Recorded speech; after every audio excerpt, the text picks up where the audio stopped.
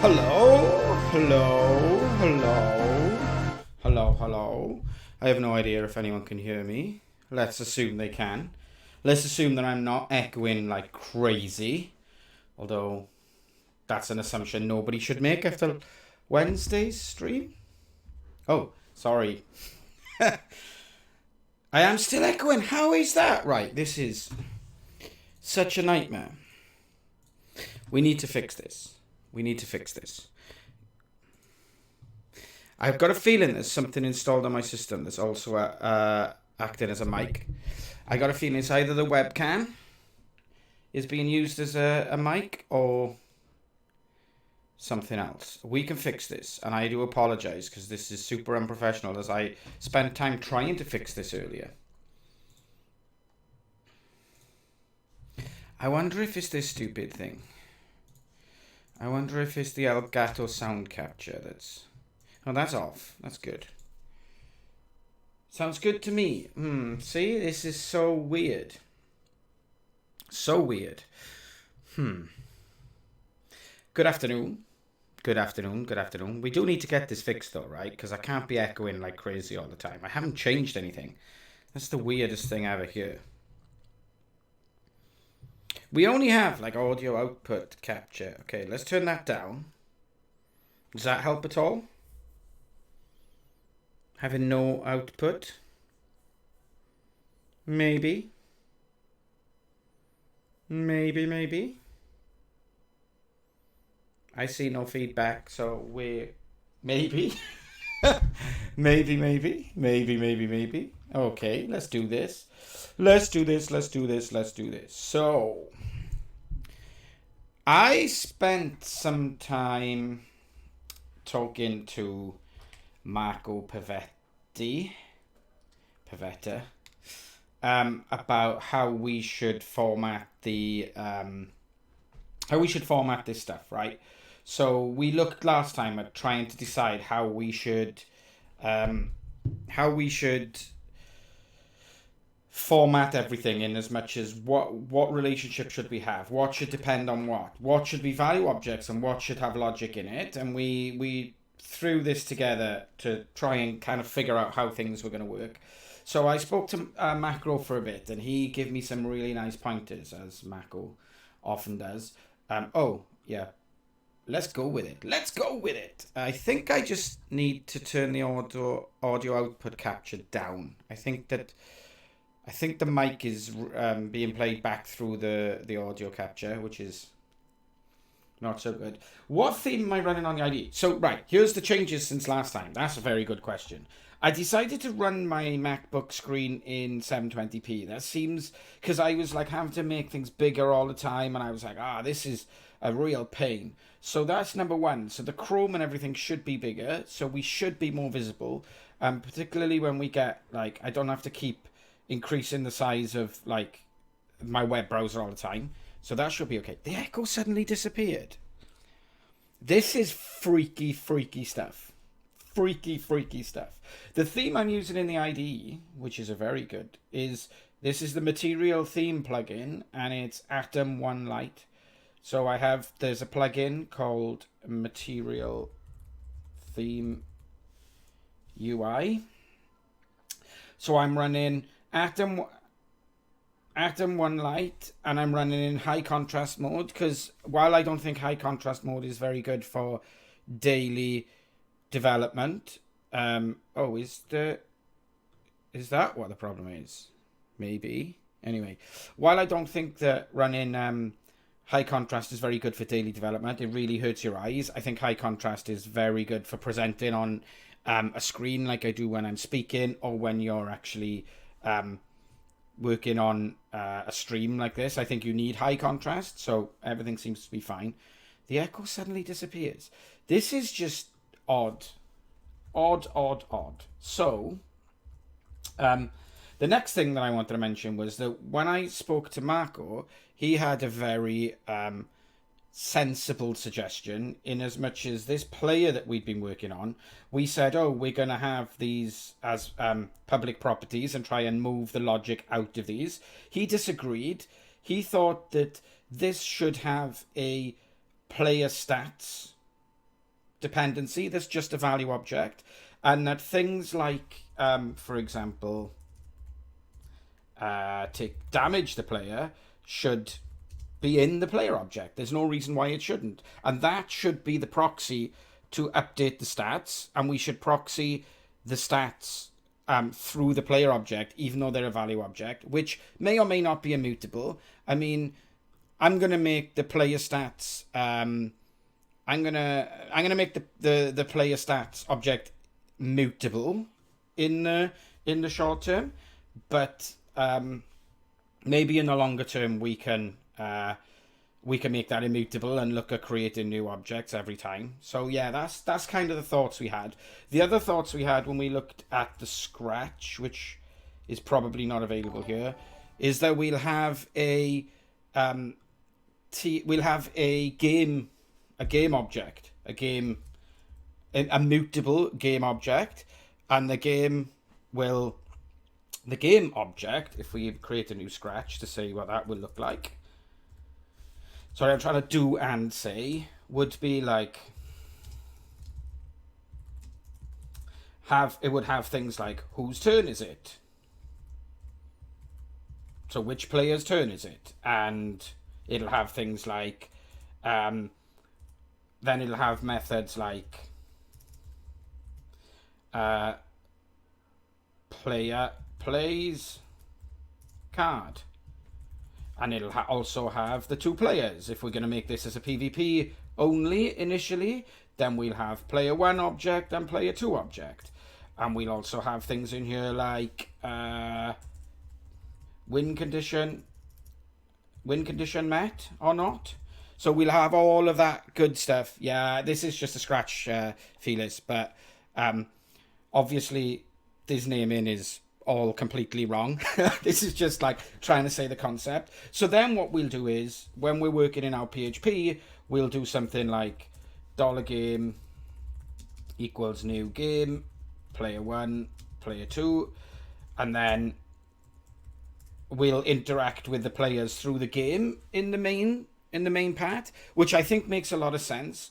The conversation we had was mainly around mutability and immutability, and whether value objects are allowed to have logic in them, because I was always like working from the assumption that value objects shouldn't have logic in them. And that's true. Value objects shouldn't have logic in them, otherwise they're not value objects. But realistically, there's nothing wrong with having objects that have state and logic in them.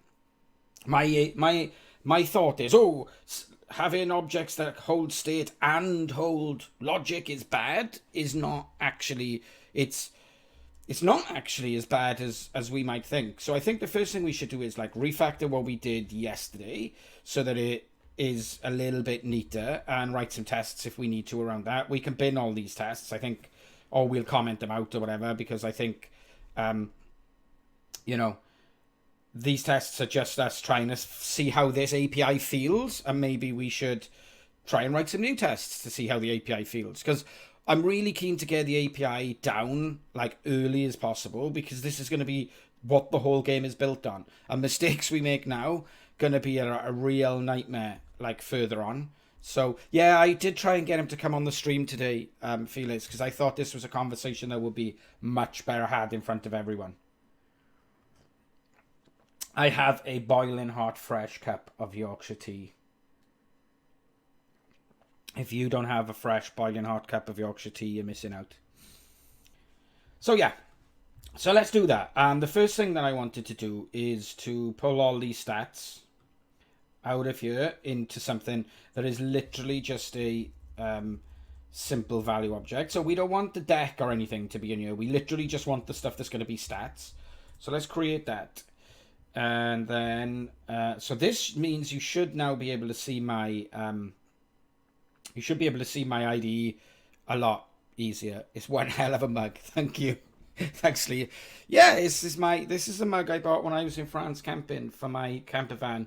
Brought in to wash in the dishwasher, and I've used at home ever since.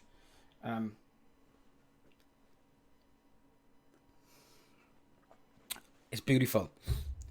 I like to be able to see exactly how much tea I've got left. So let's create a new...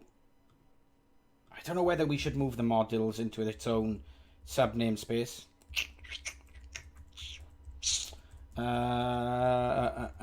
You should get tea on a drip. Yeah, I should. I totally should.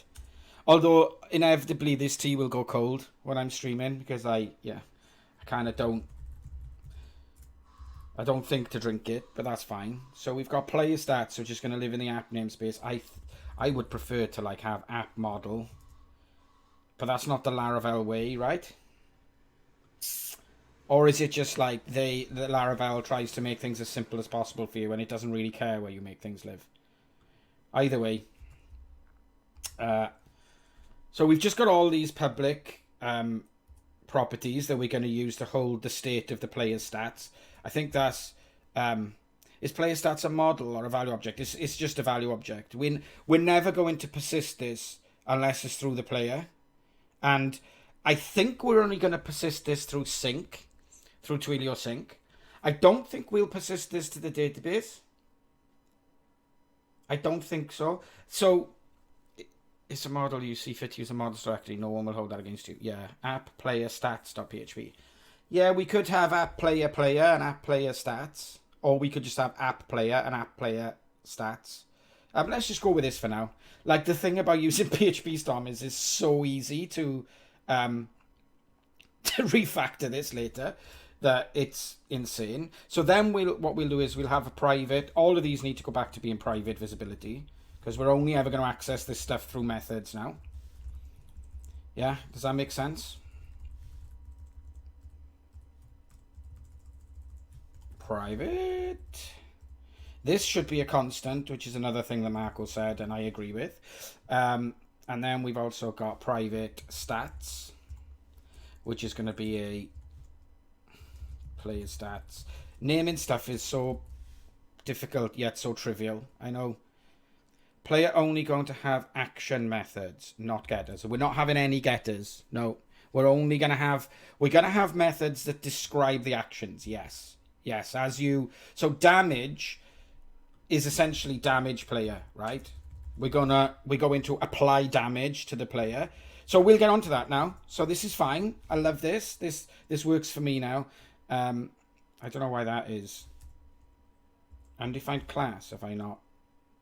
yeah, but app card is not an undefined class, right?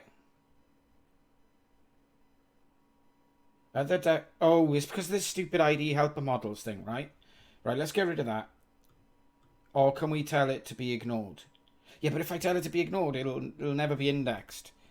Yeah, I know. Yeah, I know. This is what I was alluding to, and it was that I know exactly that this is what you were alluding to, Felix, which is why I had the conversation with Marco. Let's get rid of this. It does my head in. This is why I tend to do PHP artisan ID helper models, and then I want to override the files so that I'd much rather have these ID helping what's the word I'm looking for, annotations, than I would have them in that file, because you get that class has been defined twice error all over the place. So this is good. So now what we do is we have a starting deck. So now we have a user who we have a player who has stats and a deck and a draw pile and a hand and a discard pile, which is nice. I feel like that's cleaned up. Now we can put our logic in here without actually having the value object of the stats like publicly available, which is really nice. So the question is, how are we going to surface the player's health, for example, which is a stat? We'll figure that out when we come to it. It could be that we just have a health method that returns the current health. It's fine, you know, that might be okay. I'm okay with that. So that's good. So if we go back to our test, this is all going to fail. Well, I would totally hope that it fails, otherwise our tests are terrible. Yep, that's good. So let's go back to our test. So none of this works now, but I still would like to see how we can now rewrite this code so that it's... my chair is weird. So that... How do we rewrite this code now so that it uses our new API, which is cool? Because we don't have access to the deck. Maybe the deck should be public, though. This is another... Do we surface our private methods with deck?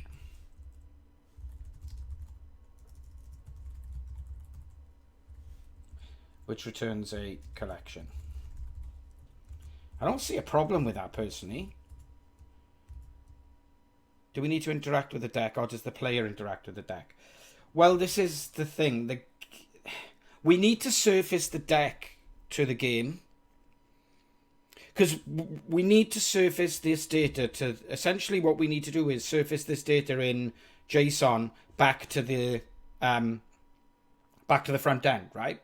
The front end needs to know what cards the user has in its deck.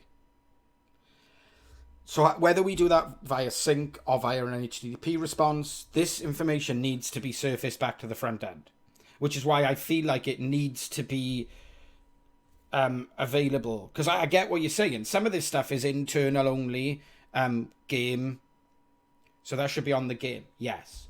But the game will access the player's deck through the player, so it needs to be available on the player's API. In my opinion. Sorry, I mean that as the internal API rather than HTTP API. Let's see how this looks. Like, this is full, like, try it and see territory, right? This is, how are we going to make this look? How does it feel? Does it look good? Does it feel good? Does it feel terrible?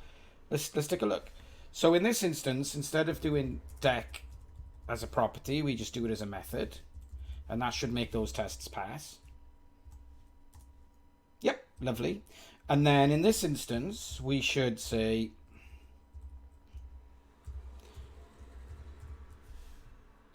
here we should say the draw pile we can make available via a public function as well.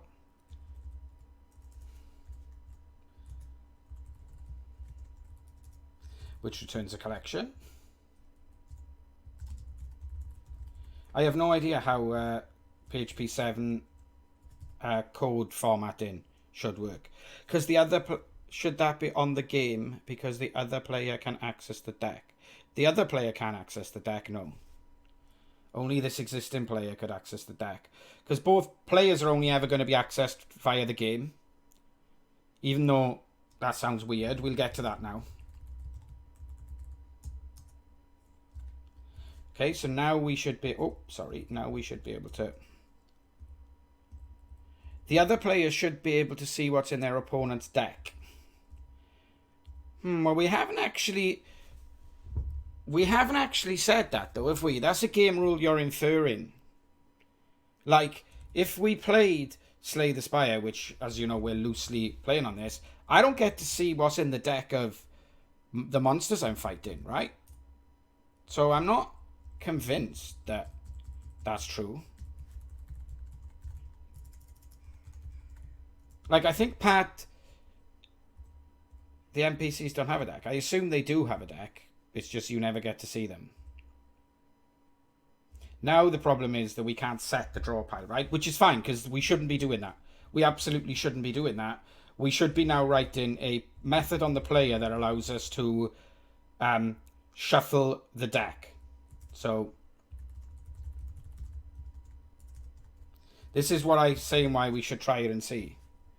So now we have the player, we tell the player the action that the player is going to do is shuffle the deck. And this is going to be this deck shuffle. Should be as easy as that, right? So now we're moving stuff into the right place from the test, which feels good. So then we say a new combat starts, the player shuffles their deck, and then we haven't done anything with the draw pile, so this test should fail. Because the PHP doesn't pass, apparently. Oh, okay, sorry. Okay, so this test does fail, which I would expect it to be. Because we haven't done anything. All we've done is we've shuffled the deck, and then we say, player, draw, and we want to draw how many cards that we want to draw. So 8 cards, did we say, is... To stop player. This isn't actually testing what I'm expecting here, right? We did something completely different here. New combat starts. We expect the player's draw pile to have 8 cards. Yes. What's the action? Create draw pile. I like. So we've shuffled the deck. We then move all of the cards from the deck into the draw pile. So yeah, I think like make draw pile. I don't like the phrase create. Move deck to draw. Yeah, I know. Yeah, I know you can do that. That's laziness on my behalf. I haven't configured PHP Storm to run the tests. I could do it. I'm at the moment, like, I'm in one of my weird flip-flops where I actually prefer to run the tests from the command line because I'm really enjoying this test docs notation. So I did, like, people who know me will tell you, I've always ran my tests from within PHP Storm. Move deck to draw. Is that a bad name? Yeah, no, I love this. And maybe other people on the stream didn't know you could run your tests directly from within PHP Storm. To do that, you can use, I'm using Control-Shift-R. I don't know what it is on other. So if you wanted to run your tests inside of PHP Storm, you can just do Control-Shift-R, and it should just run. There we go. So this is PHP Storm's internal test runner. Which is really nice, because if I use Control-Shift-R again, it's only running the test that I'm actually inside here, this particular test. So, for example, if I put the cursor here and do Control-Shift-R, the test passes, because it's the one test that we know passes. So that's a really nice shout. Now I can't remember my keyboard combo. There we go. Make draw pile from... Yeah, but I don't want... So I don't think that the players should have any... I don't think that the players API should have any concept of collections. Like, I think it can have concept of cards, because collections are an implementation object.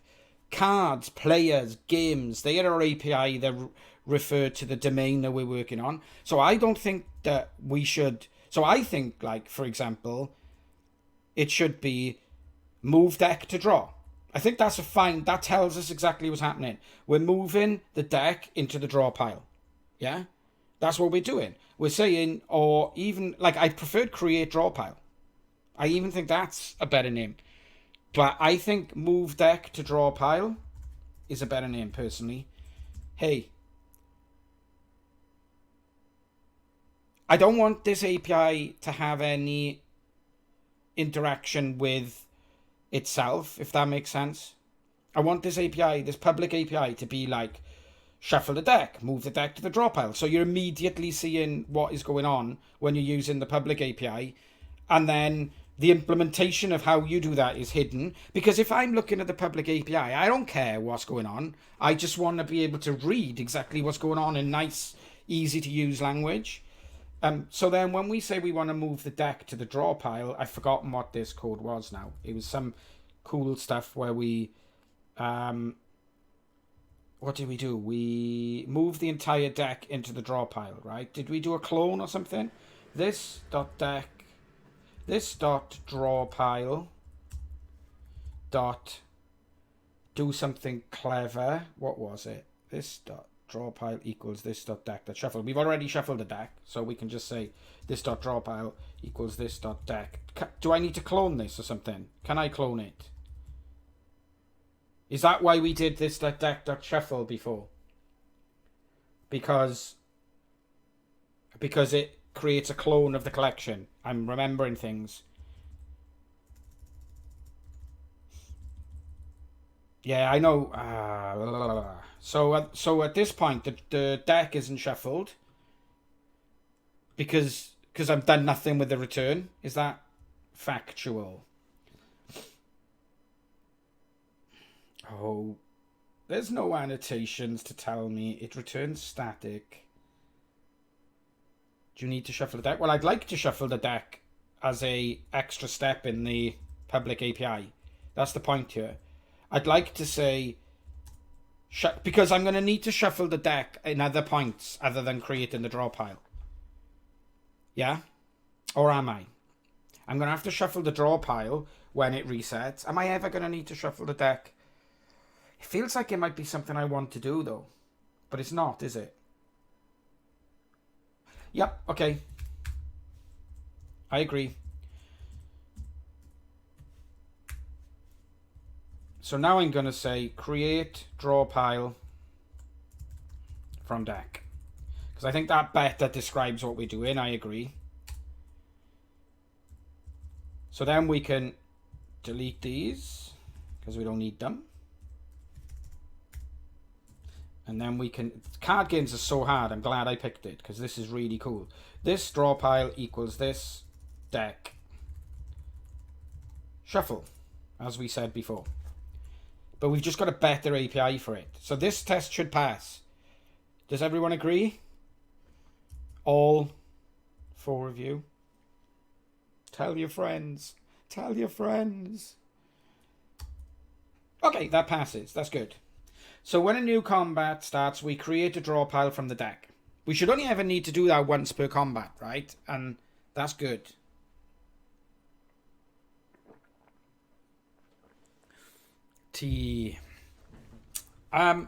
Does this clones it, right? So if I say no, 1001 player deck, do we need to surface? Yeah, we do. We already just had that conversation. What am I on about?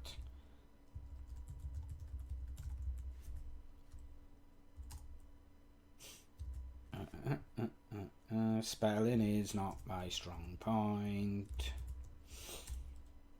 Okay, yeah, so I think that you're right. Like, sorry, I am not disbelieving you here, Felix. I think you're right. I think that shuffling the deck returns a new collection, which is kind of cool. The docs for this isn't... In fact, I could just look at the Laravel docs, right? That's the place to look here. Collections, please. Collections. Shuffle.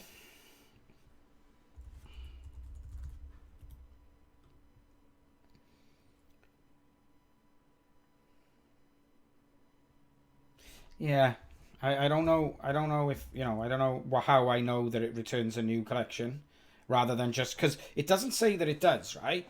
It just says it shuffles the items in the collection. New static. So because it's a new static, it creates a new collection, doesn't it? Yeah. It does. It does. It does. The docs are pretty good. Just in this case, they're bad. It's fine. Right, so now I'm much happier with this API. Are we all happy with this API rather than having to do like player.hand.blah, blah, blah, blah? Are you insured from shuffles as the item? Yeah, I think you're right, though. It's good. So next we've got a new round. So what we say at the new round is that what we're doing here is when we have a new round, we need to draw cards from the draw pile and put them into the hand, right? So that's what we're doing. So player draw cards, or draw, in fact, draw. It's fine. We could have draw hand, which means that we would then draw a set number of cards. But I just think we just say, like, we're going to draw 4 cards at this point. Because I think I'm expecting the number of cards you draw to go up and down as the game... Like, this is what I mean. I want to try and go for really simple names. Create draw pile from deck is not a simple name. Draw is a really, really nice name. So when we have a new round, the player draws 4 cards. That's all we're doing, essentially. And what I should have done, if I had any sense, was to copy this logic so we've got access to it. So player draw 4. And then we can add that method. These should all have return type hints. Does anyone know like how you're supposed to format return type hints? Because I've seen people do this. And I've got no idea what the standard is. I only do that because that's what PHP Storm does. Like, it's as good a reason as any for me. Cool. So we're going to return void. Depends on whose doc style. Okay, that's good enough. Or play a new hand. Yeah, but I still feel like the game is going to want to be able to... actually, we could have cards per hand as a stat inside the player. I like draw.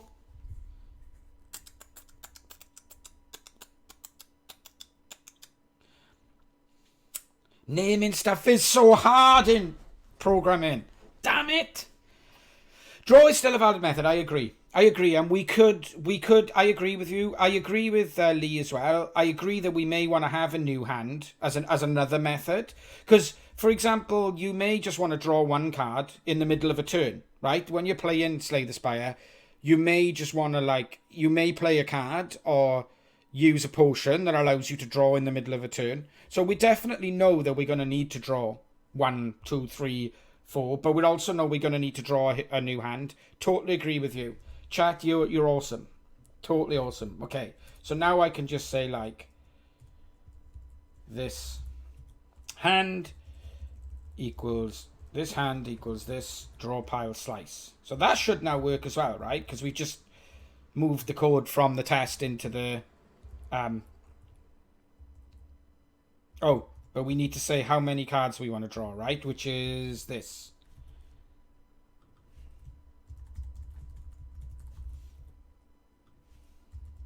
Because naught never changes, because we always draw off the top of the we always draw off the top of the draw pile. Yeah. So the offset is, where am I going to draw from? I should have a pack of cards here, shouldn't I? That would be so much easier. I do have one, but still. So the offset is, where in the deck am I going to draw from? And the number of cards is going to be what we pass in. I think that's right. What did you say? Length should be the int. Yeah, it's fine. It's fine. So now what we want to say is, we're going to make the hand available via a hand helper, or method, I should say. I'm still not 100% on this, by the way, but we can work on that later. I just want to get some results.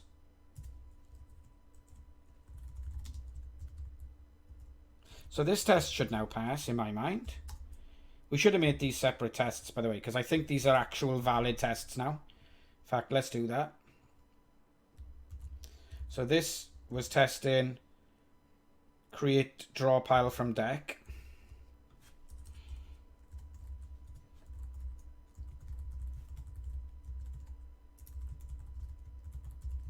Test create draw pile from deck fills the draw pile with the shuffled deck.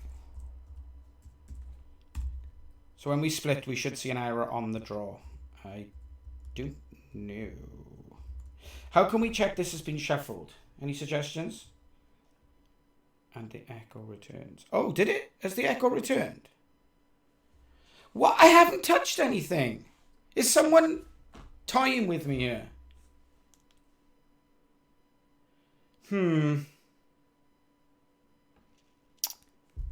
I don't know what the hell's going on.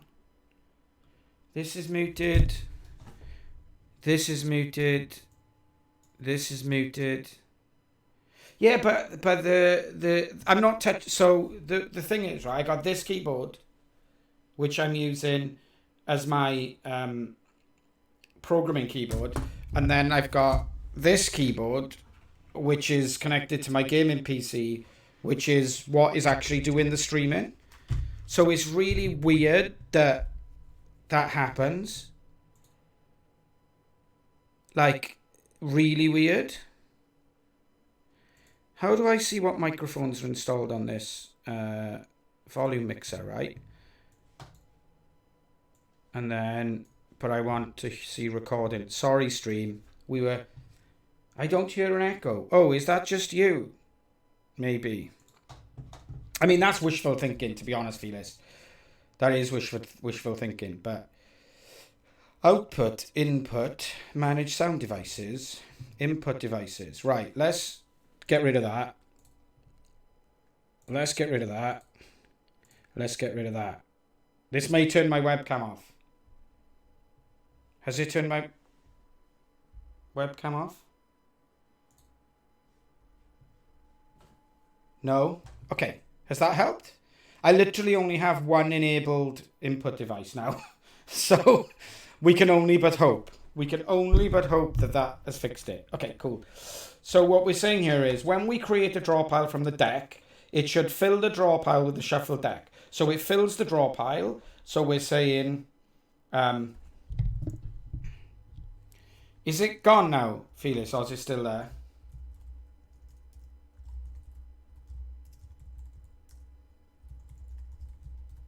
So we want the draw pile count to be the same as the deck count, but I also want to check that it's shuffled. But you shouldn't have to cope with it. That is not the attitude at all. I want to get rid of it, because obviously... Yeah, I know, but who... And the other biggest problem I have is I've got no idea how I can test this stuff without going live on a stream, you know? Because I don't know, I can't hear this myself, so... What is going on? Do we have, like... Let's close that. That's off, that's off. The only thing I've got in is that. I can't hear anything. Get on with it. Get on with it! That's muted. Right, I'm just going to do one really quick check and then I'm going to get on with it. Okay. Okay, that's fine. I like it. I don't want anyone to be listening to an echo. That's not fun. Okay. Right, so I need to check that it's shuffled. Can I do a comparison, like, to say the deck should be not equal to draw pile? How can I do that? How can I check that the order of the draw pile is not the same as the order of the deck? Switch scene. Okay, I'm not doing anything anyway. How can I check that the order of the draw pile is not the same as the order of the deck? Like, because we could iterate over one, right? And check against the other. Can we, like... Because we can't say, like, assert not equals, can we? Because they aren't going to be equals. Because I think not equals will just check that they're different objects, which they are.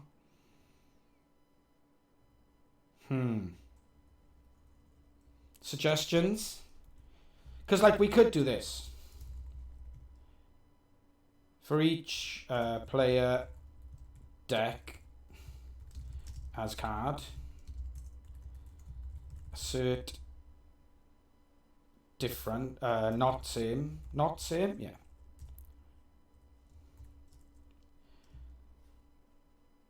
Card. I mean, this is going to fail because if one card, when you've shuffled it, is in the same position, it's going to fail. Assert not equals player deck get, player drop pile get. What does get do, Felix? This? Shall I check the docs? Is that a better thing for me to do?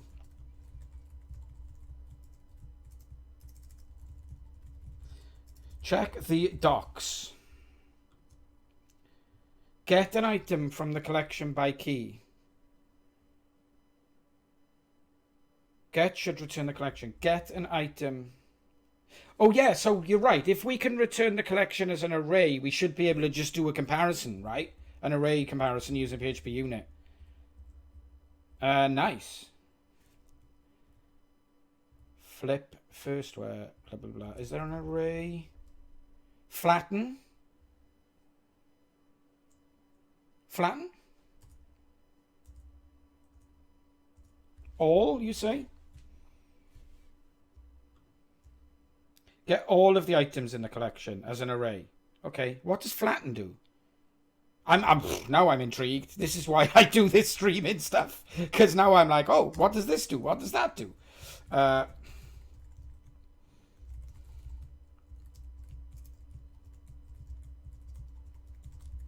Let's check. Oh no, DD. DD. Laravel land. Okay, so this returns me an array of objects, which is what I would expect. So it converts the collection object into just an array of objects. That's what that does. That's nice. What does flatten do? So if this changes it, I hope this changes it into an array of arrays. No, this does the same thing. doesn't it? Can we compare an array of objects? How do we compare an array of objects? How do we compare an array of objects?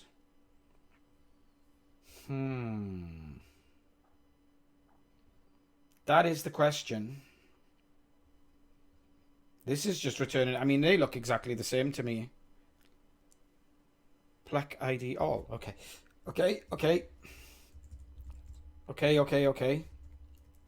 So that's just going to give me an array of IDs, plaque, because I know what plaque does. It pulls one value out of the object, essentially, right? There you go. So we should be able to, so that's the deck, right? Which is 1001, 2001, blah, blah, blah.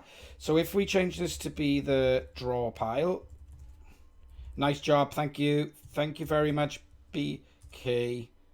Yeah, that's shuffled. Now, there is going to be the odd, really, really, really weird time where this test fails. Anyone want to guess when?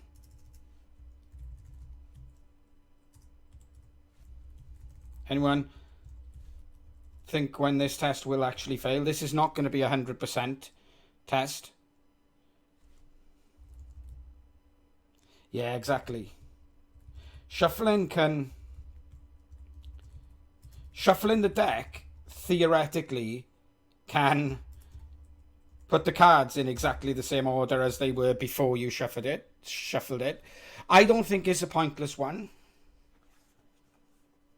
I genuinely don't. I think that for me, I would be okay with this. I would be okay with the build failing as long as it, like, I wouldn't document it in the code, but this would be something I would document in the applications documentation, in the dev documentation. You'd have a mock deck. Yeah, okay. I mean, we could mock the deck. Absolutely. I'm okay with this. How do you get the mock deck into the player object? How do you do that with the way that we've... I mean, you could do it using... we could mock the deck out using reflection. At this point, we do not have any API. The player should have an injected deck. Yeah, it could do. It could do that when we create a player, we inject the deck and we inject the stats. That's probably a better API. I'm not fussed about it at the moment. In fact, I wanted to do this anyway, so let's do it. This is something I really wanted to do this stream. So, hackmd.io. New. Codename. No, caps. This always needs to be in all caps. Codename Trapdoor. Stay away from that trapdoor. Okay, you should all be able to add stuff to this, if I remember how. Share.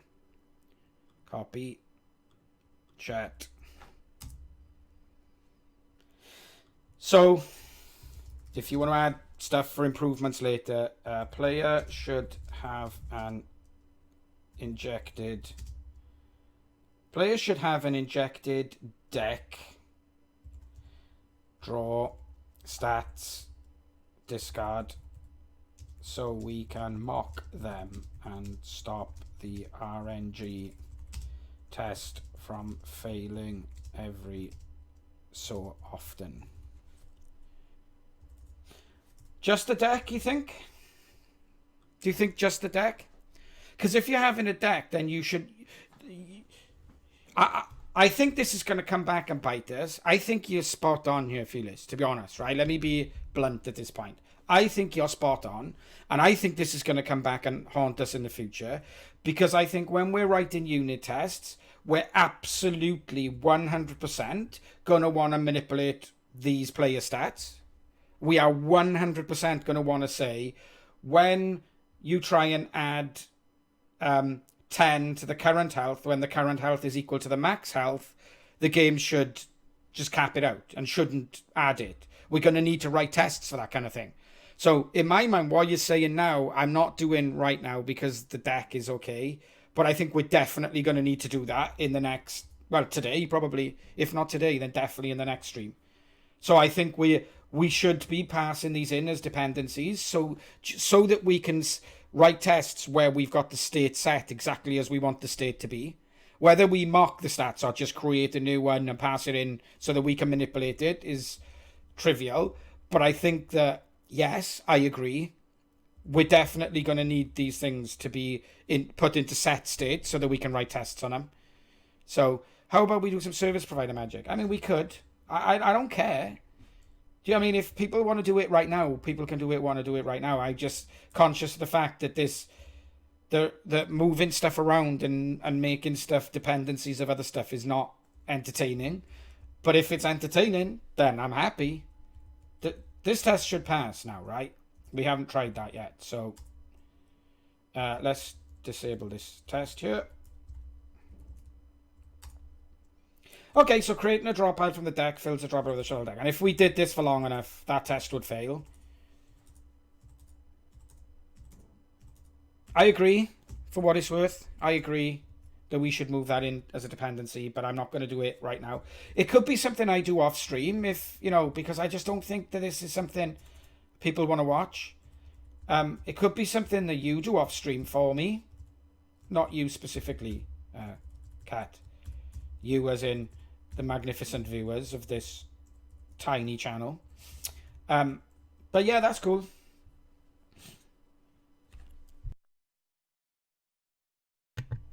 Okay. Oh, is the echo still there out of pure interest?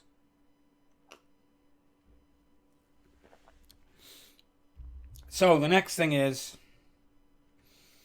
does the test have access to the app? You mean the Laravel app? As in I mean, I'm assuming it does, because I'm extending the Laravel app test case. And that's the kind of thing that Laravel does, right? Yeah, it does. I just used that Laravel's make test thing to do this. So let's see what we're doing here. Here we're saying test creator. Oh no, that's the test we just wrote. That's finished. Here we're saying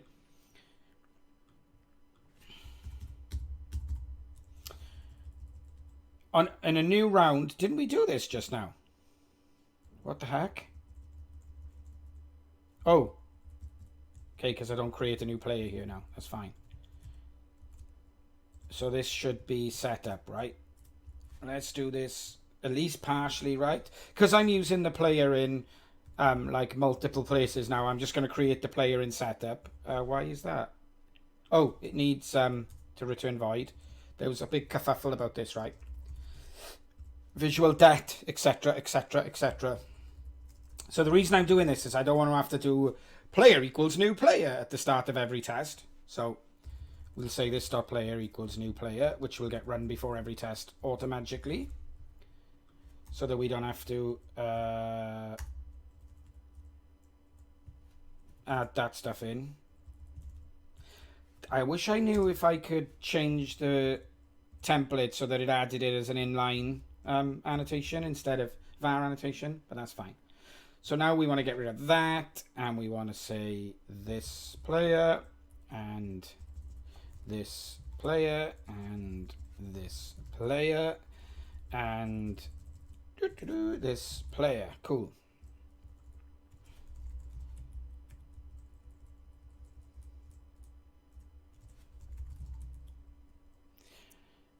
You wish I knew. Whoa, hello, Brunty, my Apex Legend playing partner.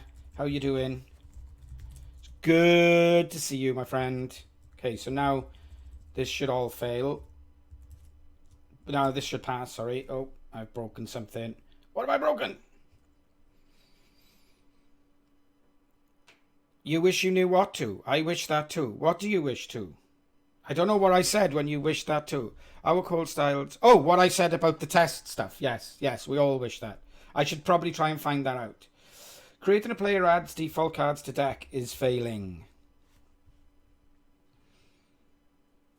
Creating new player adds default cards to deck, and I should have probably read the error. Call to a member function connection on null. Uh?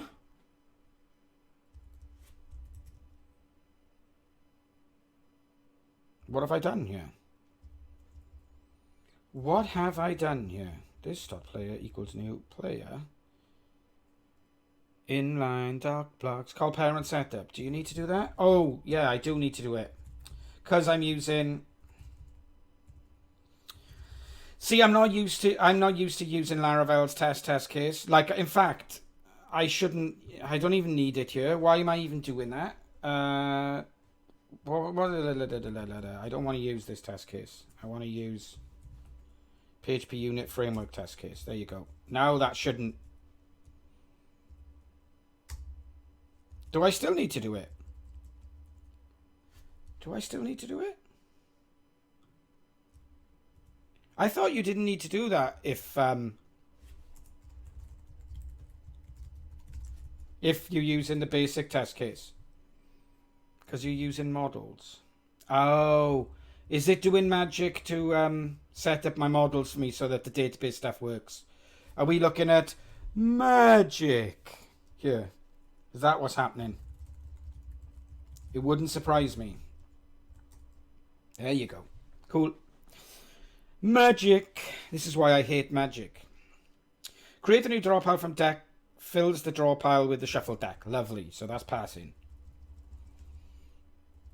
This, on the other hand, prototype. Oh no. What do you mean prototype? Test. Create draw pile from deck.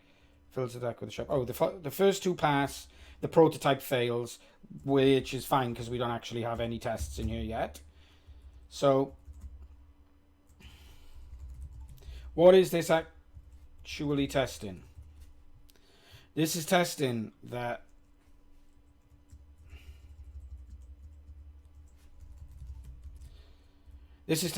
drawing a number of cards, drawing cards puts that number of cards in your hand. This will fail at this point. This will fail because you cannot call to a member function slice on null. Yeah, this is going to fail because we don't have any cards in our hand. Sorry, we don't have any cards in our deck. Yeah.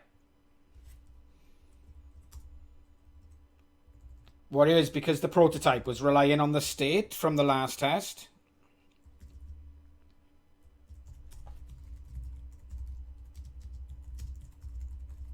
Yeah, everything. Oh, no. Everything should be an empty collection, right? Everything, when we create a new player, the deck should be a collection which consists of the starting deck. The hand should be an empty collection. The discard pile should be an empty collection, right? You're right. So now we've initialized all of our card piles. Call to a member function slice on null in line 60.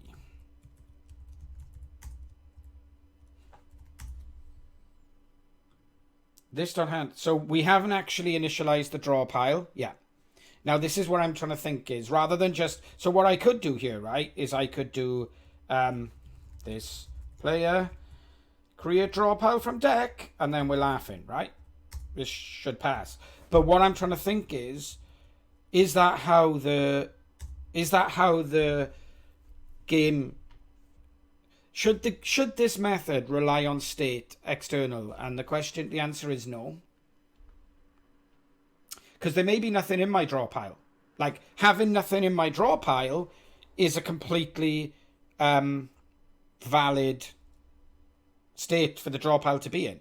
Once I've drawn all my cards, the draw pile's empty. What happens then is the next time I try and draw from my cards, it should flip my what you should actually do is flip my discard pile, pick up my discard pile, shuffle it, put it in to be the created draw pile. The error here is that the draw pile doesn't exist, not that it's empty. No, I think it's can't not exist, right? Oh, because I didn't create the draw pile. Thank you, Kat. I just said how I should create the draw pile and then didn't create the draw pile. The error still, the logic still stands though, right? The logic still stands. Okay, now we get a different error, and that's what I would expect. You're right. You were totally right. So that is logical. So what I'm trying to get at here is, what I'm trying to think about at this point is where, yes, and we should have a fail test rather than error. You're right.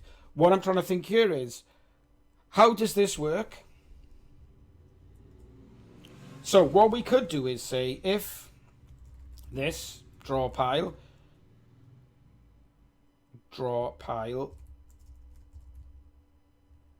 count is less than the number of cards to draw, throw new not enough cards in draw pile exception. And this isn't necessarily what I'm going to do, right? This is me prototyping how this could work, not how it will work. So don't get too excited if this isn't the way you think that it would work.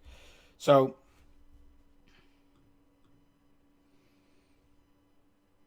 yeah, that wasn't aimed at you, Felix, as much as I know you think it is. That's not just aimed. It's not just aimed at you. Let's just say that. So, in fact, let's just create this using by hand. So I want to have app, new directory, exception, and then I want to have a new directory, game. Because if I'm going to control the game by exceptions, I want to group them all into one sub namespace, and then we'll call it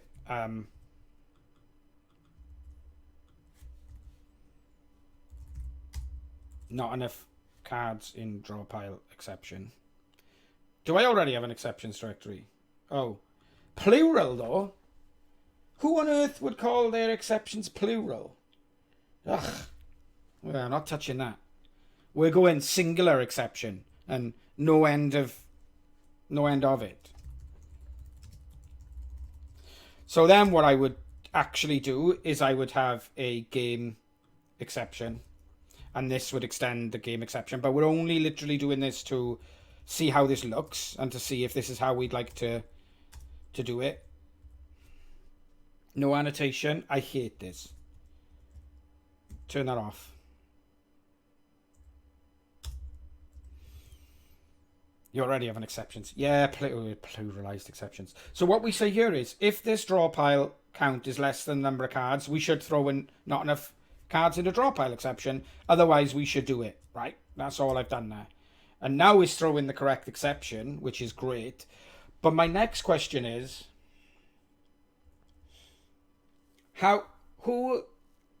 where do we catch that exception and say, oh shit, we haven't got enough cards in the draw pile. We need to grab the discard pile, shuffle it, and put it back in the draw pile. Where do we do that? Should we do that in here? Should we say, instead of throwing this exception, should we say this shuffle or recycle discard pile and then draw? Is that bad? Is that good? Am I, am I asking too many questions? Do I not know what I'm going on? Am I trying to think and speak at the same time? Yes to all of these things currently.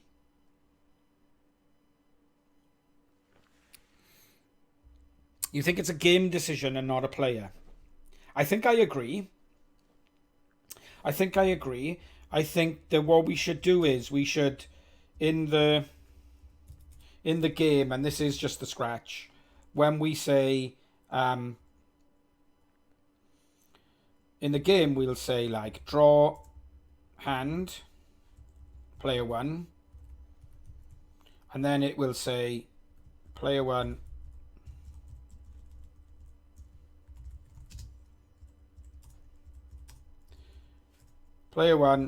draw 4 cards, and we put the try catch around there.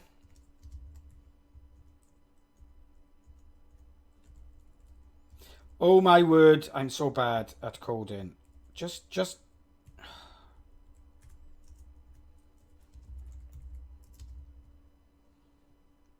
not enough.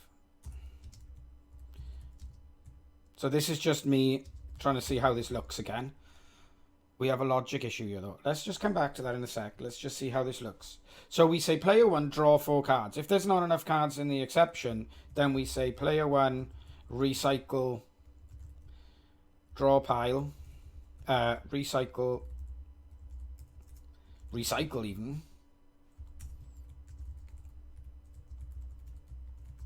Something like that. If we have 0 cards, this is fine. If there are 3, we should get 3 cards and then do the recycle. Yeah.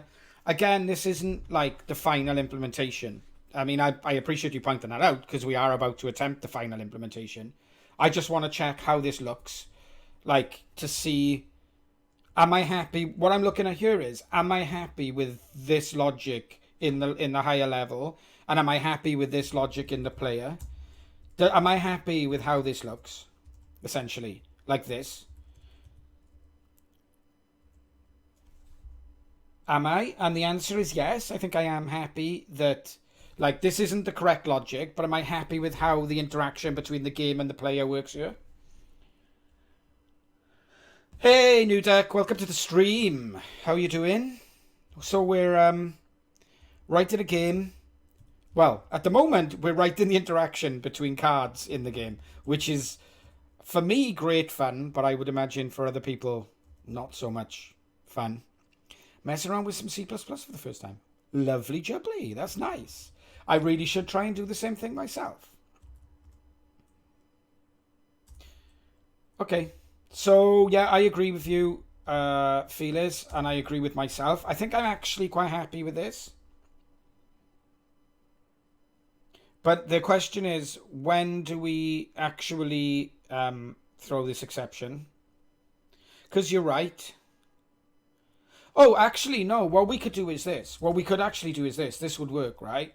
Is because all we're doing, right, in the draw pile,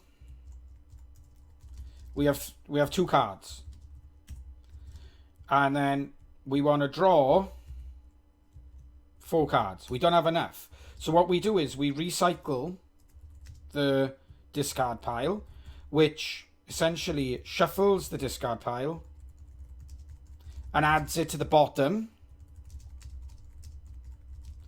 of the draw pile.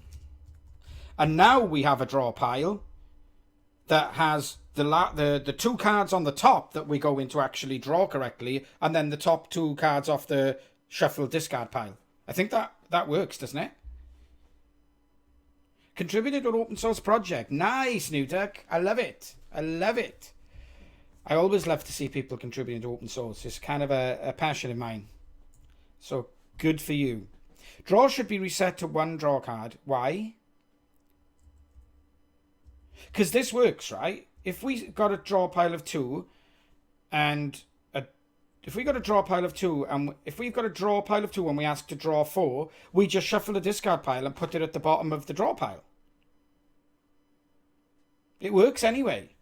This is what I'm trying to say. It works anyway with no logic. Am I not explaining myself well enough? 1 second.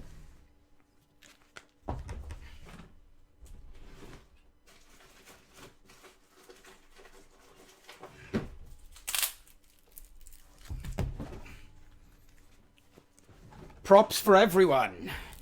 Props for everyone. Yeah. And it's fine. We definitely should.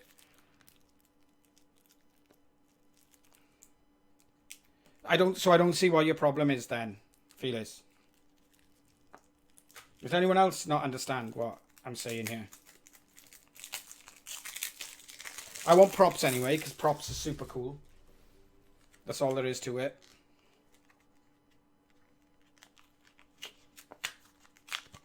So, my fine deck of bicycle cards here. So if we've got 2 cards in our draw pile, and we're asked to draw 4 cards, we can't do it. So what we need to do, So what we need to do is, we need to use our discard pile, which has 1, 2, 3, 4, 5, 6. So we have a discard pile that has 6 cards. So what we should do is draw these 2 cards and put them into our hand, shuffle this discard pile, and then move them into the draw pile. But what I'm saying is we don't need to move these into our hand yet. If they're here and we shuffle the discard pile and then put them at the bottom of the draw pile, when we draw the first 2 cards, that means they are going to be the same cards as they were. And then when we draw the second 2 cards, they're going to be the shuffled discard pile. That's what I think, anyway. That's what I think we should do. Right, let's see. The auction of draw should do 1 card. Why, though? I don't think it should. So what I get what you're saying. What you're saying is what we should do here is we should say for each number of cards as card to draw, if this draw pile count is less than,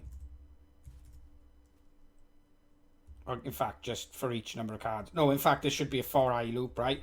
For I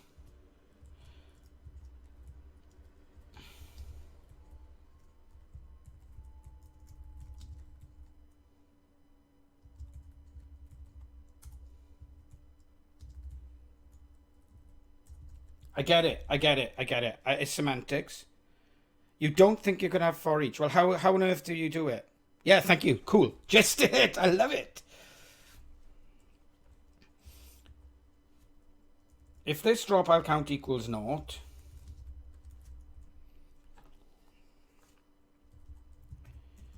I think this is okay. I think that what I've done here is okay. So I'm going to get on with that while you're just in it, and that's cool. So we say that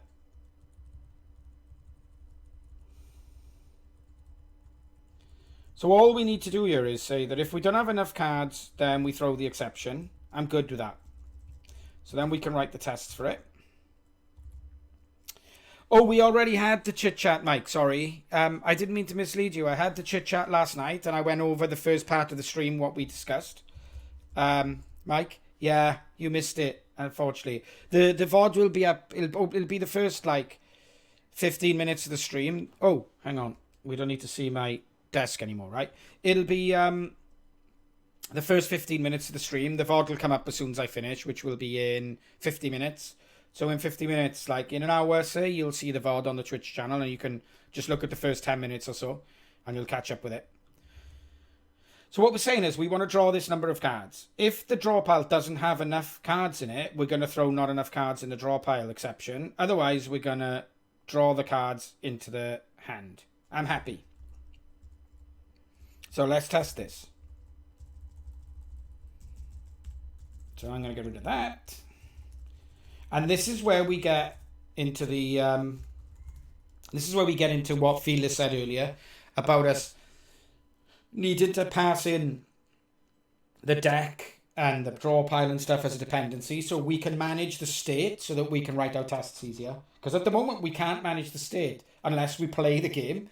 We can't physically go, oh, I want 4 cards in the deck and 3 in the draw pile and 1 in the discard pile. We can't do it. Because we would need to physically play the game to manipulate it into that state, which there's no way we're going to be wanting to do that. No way. So this is where I think we can kind of cheese it here. Test exception is test. What's the method called? Draw throws exception when not enough cards in draw pile. So then what we say is there's no cards in the draw pile at the moment, so this should be relatively easy. Expect exception. That's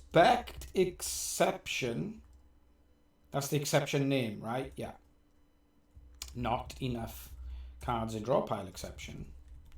And then we say this player draw whatever 104 cards, and that test should pass because it should throw the exception already.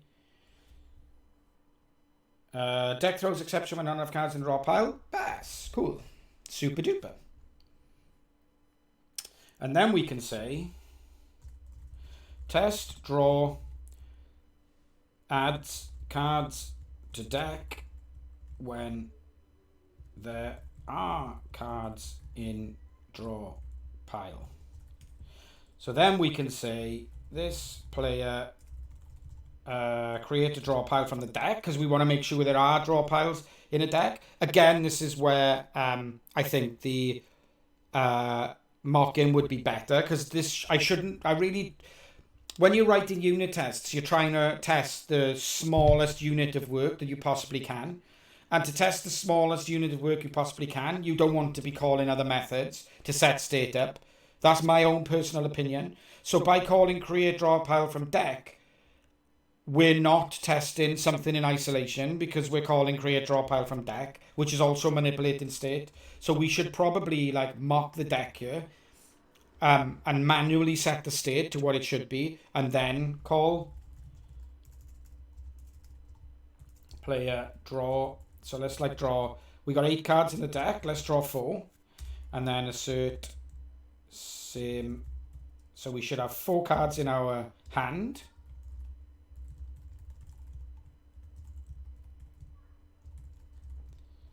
And we should have 4 cards in the draw pile, because it should take the cards from the draw pile and put them into the hand. Card games are so complicated, by the way. That's things I've learned today.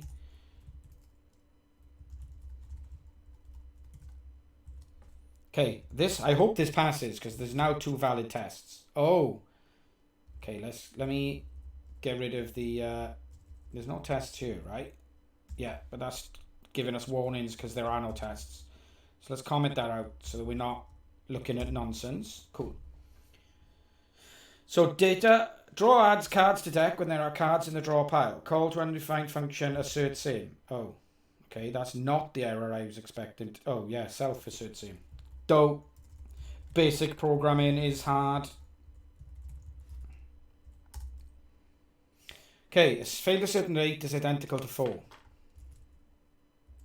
So what that tells me, right, I'm guessing that's line 49, yeah. So what that tells me is, what we're doing at the moment is we're copying cards from the draw pile into the hand, rather than moving cards from the draw pile into the hand. So we have a proper logic problem here.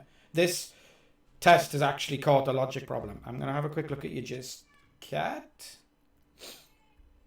Card equals this draw pile shift. Yeah, okay.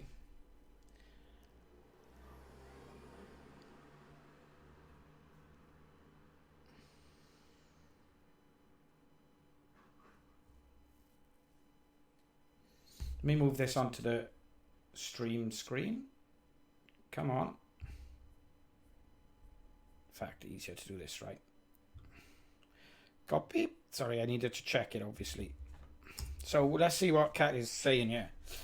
So you're saying that instead of having draw that takes a number, draw should only ever draw 1 card. And so you are saying we need to have a for I loop, which you said it didn't need to have a for loop, but that's fine. Yeah. I don't know what that gives us over the way that I've done it at this point. It's creating a new collection, which I kind of like. I'm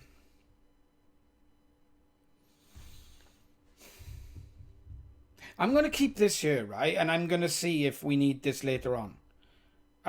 If you're okay with that.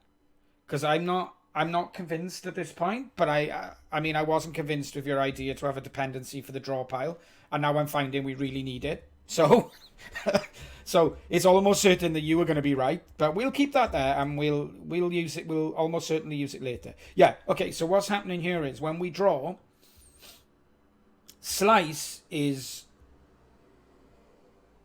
not modifying the original collection. So actually what it could be is that your code is totally going to help us here, Cat. And we're going to just use it immediately, because we can't just slice. Phoenix wins again. Yeah. We can't just slice, right? Slice, I thought slice was like modifying the original collection, but it's not. Split might though.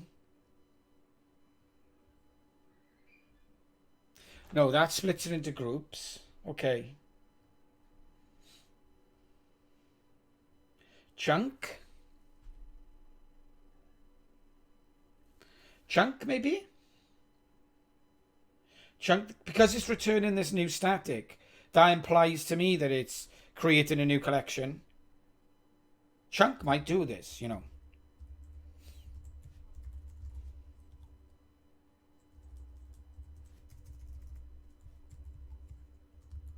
Let's see. Like, our tests should totally, like, tell us if we're doing this right or not. No, asserting that 2 is identical to 4. I got no idea what chunk is doing then. Size is less than 0. Return an empty collection. Fine. For each array chunk does not just split an array into... Yeah. It's doing 4. Yeah, it chunks it, doesn't it? It totally does. It doesn't, like, split it like I was expecting. This is good, though. I really like the collection stuff that Laravel gives you. I'm just not sure that it... I'm not convinced that it... I'm not convinced that the documentation is as good as it could be. But then I could contribute to that, so that's fine. Yeah, it gives you two arrays, each with 4 items, I agree. I mean, we could chunk it, but that's just me trying to avoid doing the for each. Take the first or last limit items. That might do it. Take the first... But it's just slicing it. So it's not actually modifying the underlying collection. It sounds like it should, right? Take implies... Yeah, so take... So, yeah, okay, so take... But when it says take, I thought that meant, like, remove it from the collection and put it into the new collection, yeah? So, for example, take here. Still doesn't actually... Oh, look, the dropout failed. The shuffle... The shuffle came up identically. That was cool. I like that. Yeah, so it's the same. Take 10 is the same as splice naught. Take naught 10, essentially, is a shortcut. The word take implied to me that it would take them from one collection and create it into another one. It's fine. Transform. Unique. Values. Value retriever, zip, pad to array, JSON serialized to JSON. Yeah, la la la la. Okay, I think we might have to loop and shift. Blah. I really don't want to loop though.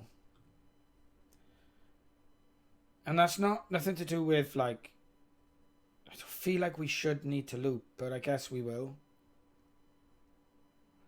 Tap. Pass the collection to the given callback and then return it. Tap. Tap is interesting. We still need to do a for each in tap though, right? It's just a little cleaner. Yeah, tap does though. You need to return the collection. So you can modify the collection inside of tap and then return it. But it's just a way of, like, running a function against the... We'd still need... in my mind, we would definitely still need to, like, iterate over the collection. So it's not stopping us having to iterate. I don't think, anyway.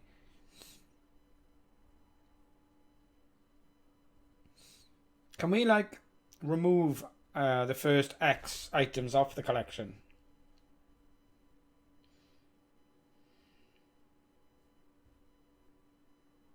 Can we remove items out of the collection?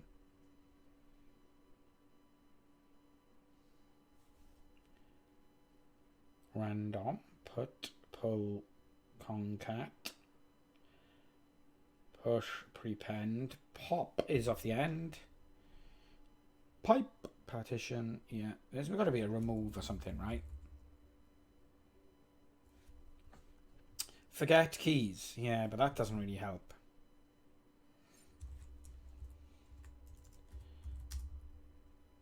Pull, get and remove an item. Pull is just a... What? Get and remove an item from the collection, but by key. Okay. Remove by key, reject. Okay, yeah. Pop will remove it, of course. Pull. What is pull doing?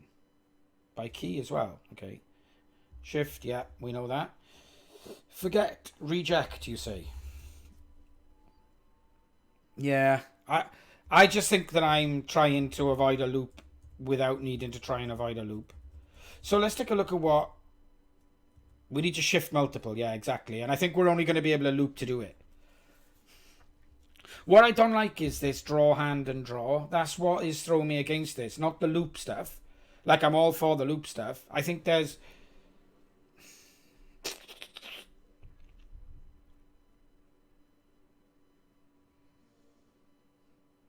I just think we can do this without needing to actually have an extra method. Is there any reason why we can't do this without needing to have an extra method?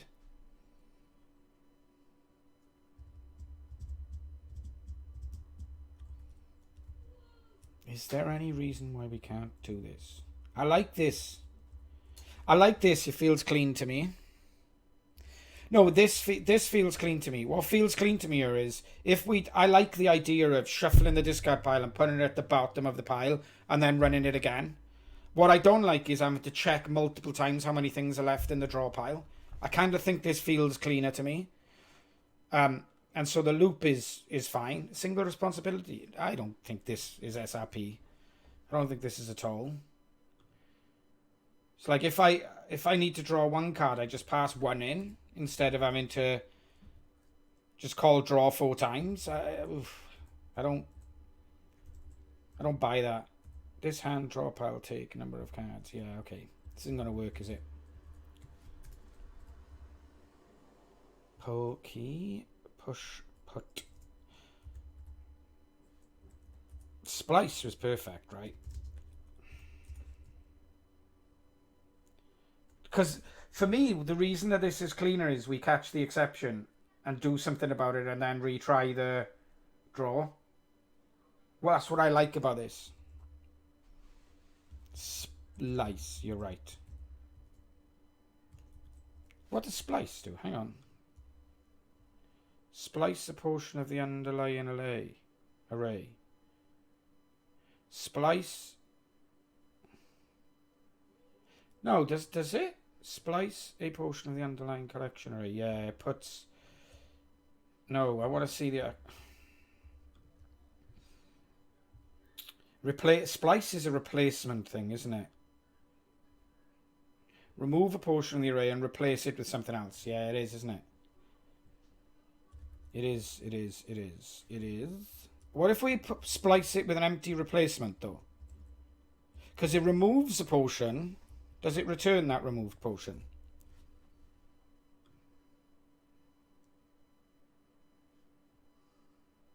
If function number of arguments equals 1, so if we're only saying an offset, then it array splices this items on the offset, so it pushes it on. Will this work? Will this just work? I mean, it does feel like a try it and see moment for me, but... You know, I am the best coder ever with a typo that just works. I am the greatest. Yeah, because I'm splicing it, but I'm not actually replacing it with anything. Because it takes the stuff off and replaces it, right? So let me just check my tests are valid here, so I'm not celebrating... I mean, this looks...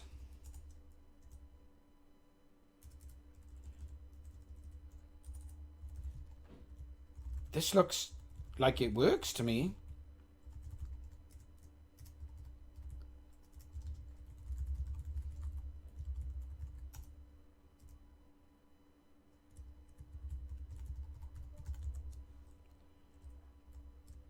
Splice dollar number of cards. Splice accepts. Let's see. What?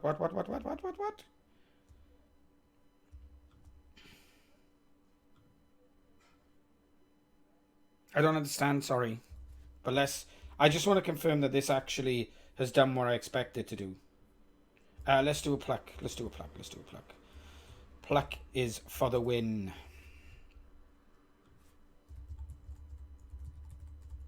Can I just do that, or do I need to do all?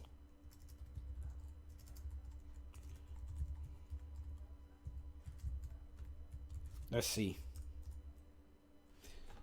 So 1 2 1 2 1 2 2 1. That looks like it's worked to me. It looks like it's like, yeah, it does look like it's worked to me.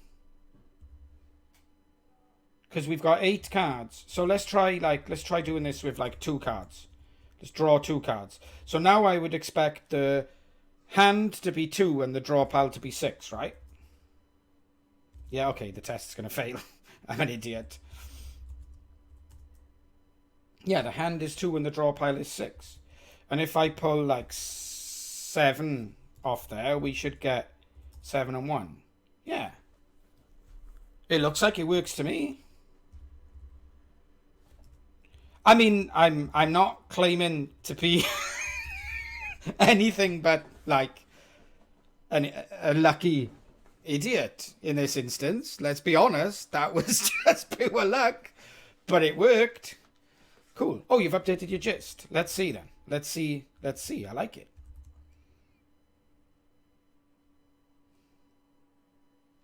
This draw pile when empty. Oh, magic. Okay. Oh, I don't know about that. Now there's a talking point.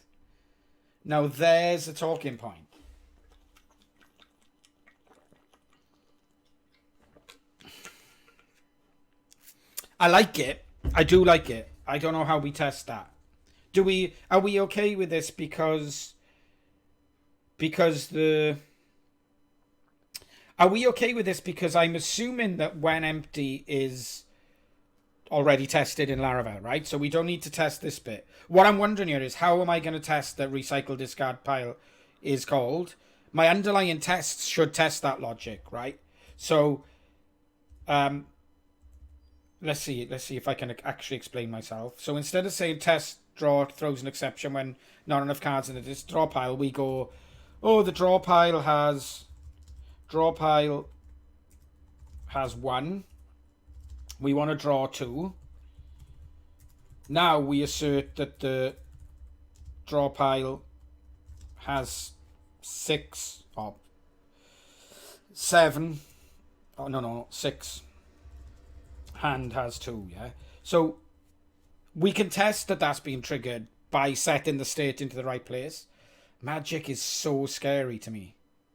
Would I prefer the game catch the not enough cards in draw pile exception and then instruct the player to recycle their hand and then attempt to draw again?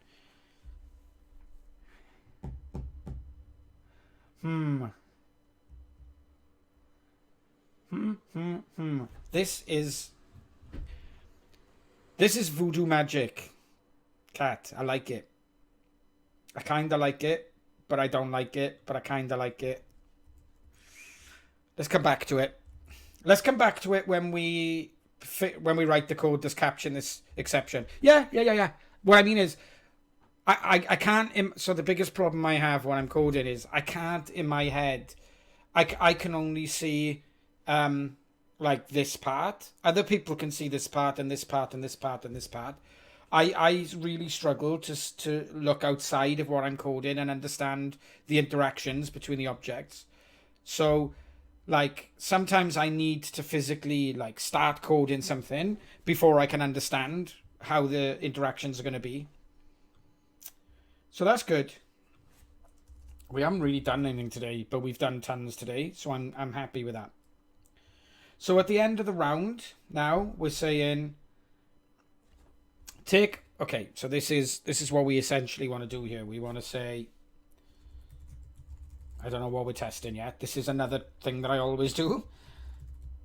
So at the end of the round, the player should discard their hand. Is that fair? Because that's what this is doing, right? This is just discarding their hand. So the assertions are correct.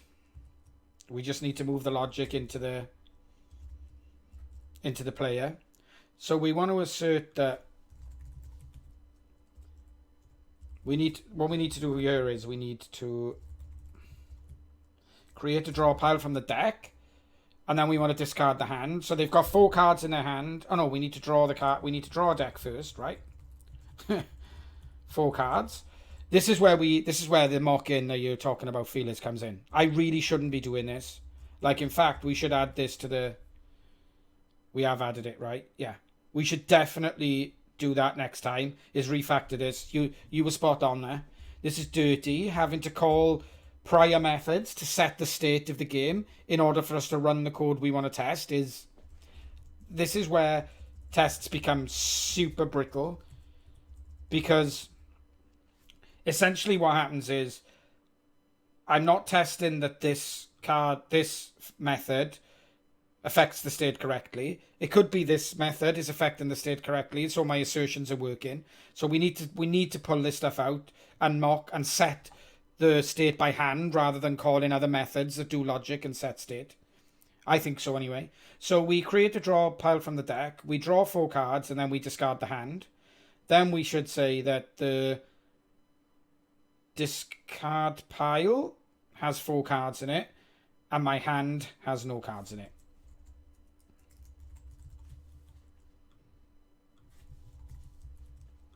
So we need to implement discard hand. Returns void. It's been a pleasure. It's nice to see you, Lee. Thanks for hanging out, man. Honestly, this is so much fun for me. Like, I know we're a small yet happy band of devs here, but thank you so much, because I'm really enjoying this. I really am.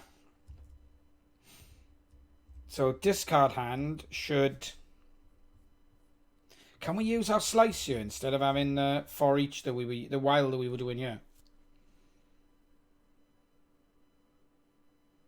Can we use our splice that we did earlier? This discard pile, because we should just be able to splice everything, right?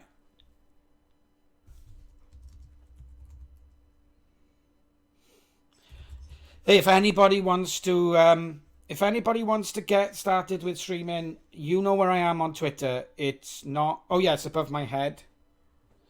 Hit me up on Twitter. I'm more than happy to help anybody. I'm more than happy to help anybody. So, this hand splice from 0 to this hand count... Because we want to discard all the cards in your hand. When you're discarding your hand, you're discarding them all.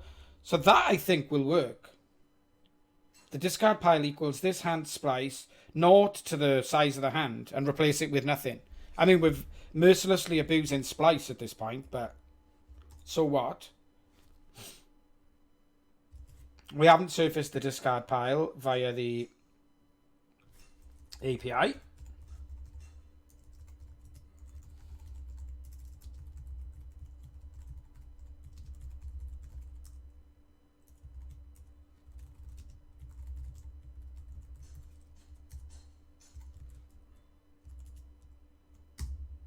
Yep, that works. That's cool. Merge or concat. Hey, we can abuse splice all we like. Like, that's my new Laravel thing. Just abusing splice as much as I physically can.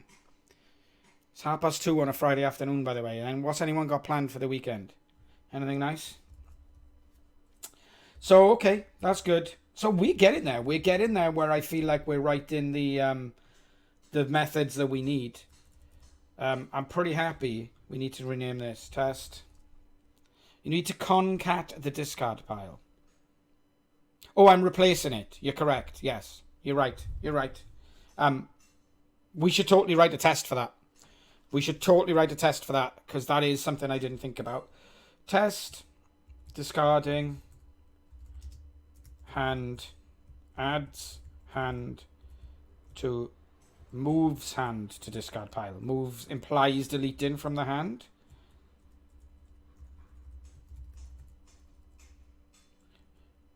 Moves hand to bottom of discard pile.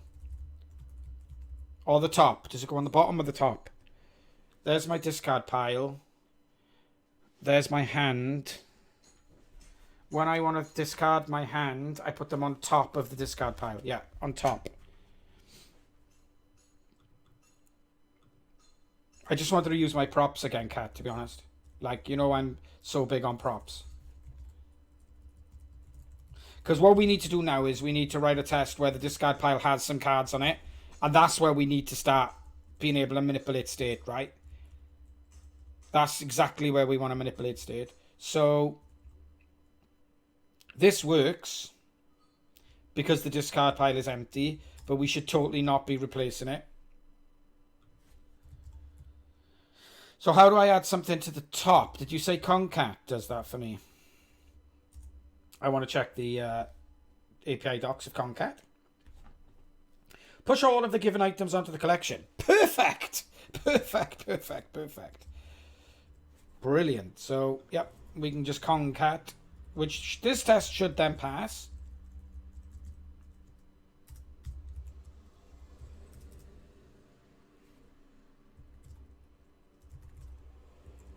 The concat method appends the given array or collection values onto the end of the collection, not the top start. Didn't it say push all of the given items onto the collection?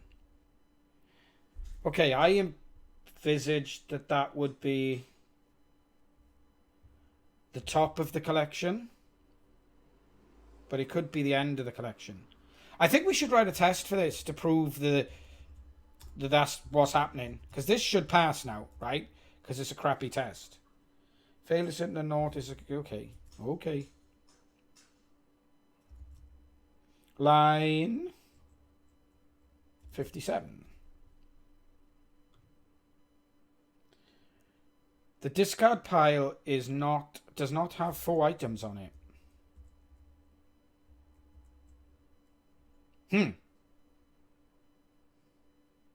It should do if Concat is working.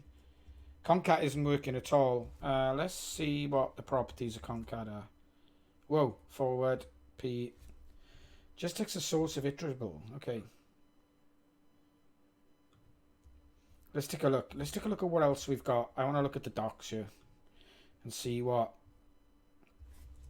Add.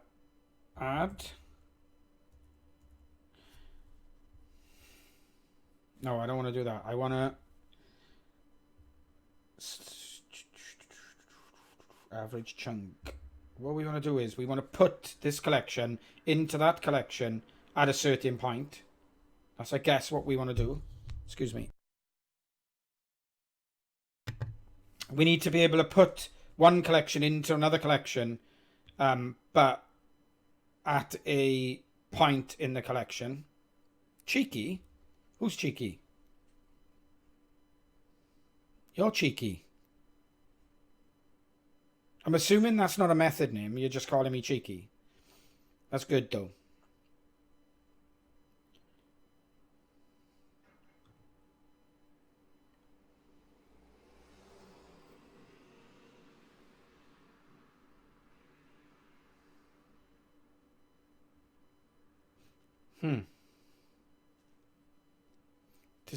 Oh. So Felix says discard pile splice naught hand splice, but it'll replace it though, won't it? Splice will. Oh, but naught is the number of items to. Yeah, the second parameter is the number of items to replace, wasn't it? It replaces no items at index naught with the. Yeah, we've been abusing splice this stream. Like, that has been the theme of this stream. So we should totally try and do it again. Mike, what do you say? New collection. Oh, yeah, we could create a new collection. That's also a very good idea. That's also a very good idea.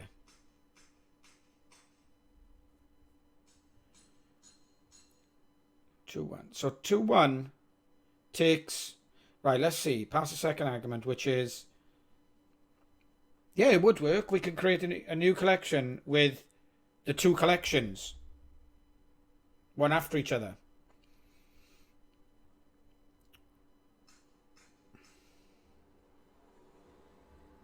Yeah, we create a new collection with an array. Oh, yeah, you're right, actually. You are right. We'd still need to merge the two collections together and add them to the new collection.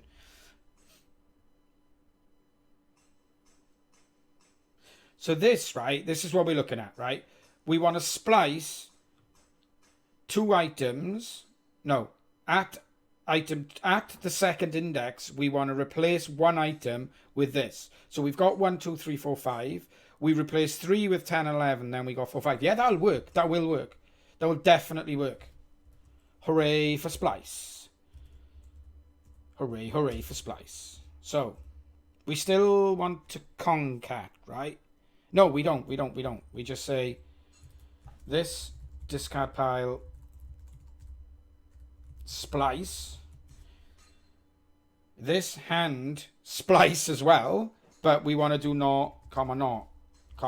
Right, let's make this more readable because this is hideous.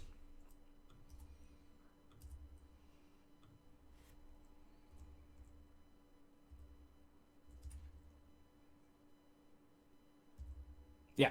So what we're doing is this is cheeky weekly this. So this is saying take the discard pile and replace the items at replace no items at offset naught with these items.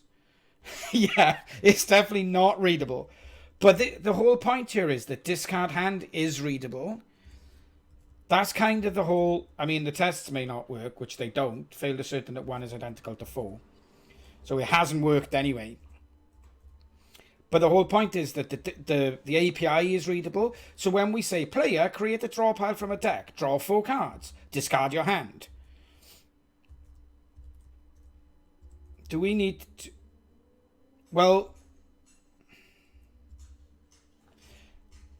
we don't necessarily need to splice the hand. I just want to take them out to that collection. So we could do this, yeah. Let's simplify this, because you're right. This is complicated nonsense. We could do that, right? But it's not taking the cards out of the hand. But then we could do... The hand is empty, right? There's no reason why we can't do that. That's actually... I mean, it may not pass still. But fail to certain that 1 is identical to 4. So it's only adding 1 item for some reason. It needs an iterable, I think, the last. Iteratable. Oh, it needs an array. It needs an array, yeah. So we do this dot hand. What did we use earlier? All? No, what do we use to send it to an array? It's in the test, isn't it? All. My memory is awesome. And then, because Mike is totally correct that this is like unreadable nonsense, we'll add a comment in there. So yeah, that's okay. I think I'm okay with that. So cheeky, as Kat says, add, replace 0 items at index 0 with the hand. Essentially, this adds the 3rd parameter to the top of the collection. That's what it's doing, right? That cheeky, yeah, it is essentially array unshift. Yeah, it adds the 3rd parameter to the top of the collection. Yeah, it is unshift. I mean, we could write an unshift method, couldn't we? And extend it. I'm okay with that.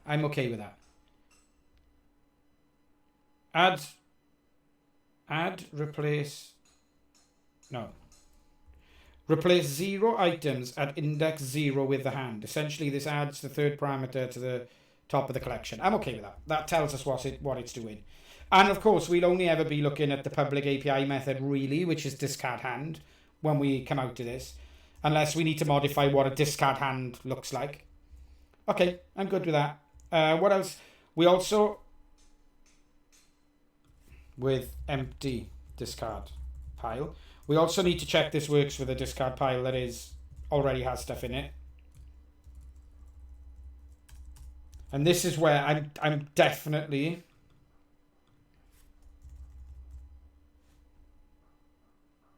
with not full. What's the word I'm looking for?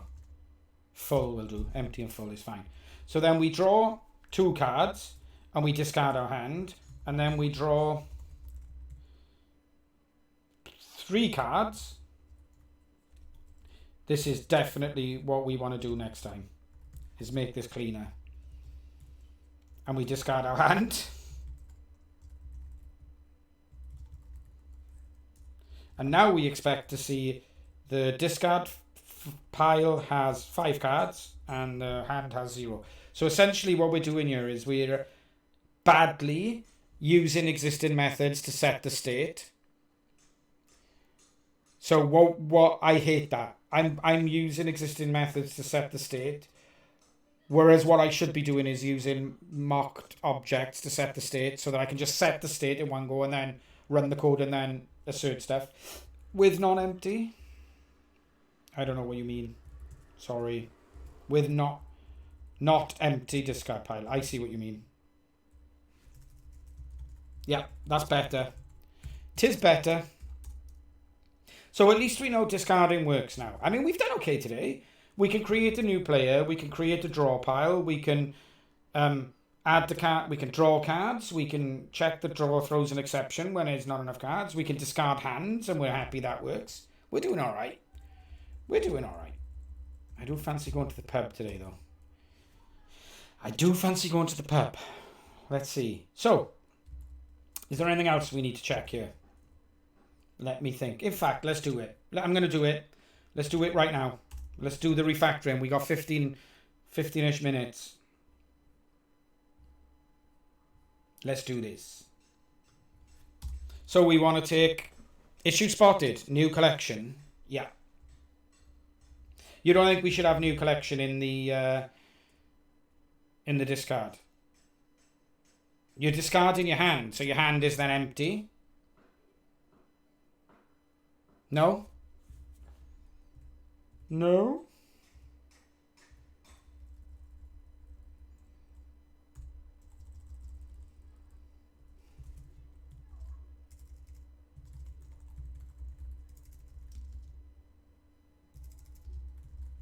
So we want to pass in the player stats. I'm waiting for you to I'm waiting for you to expand. So while I'm waiting for that, I'm doing this. We need a collection. That's a deck.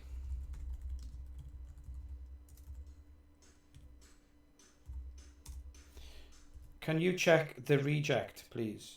Hang on. Reject, the reject method of collection. Ah, cool.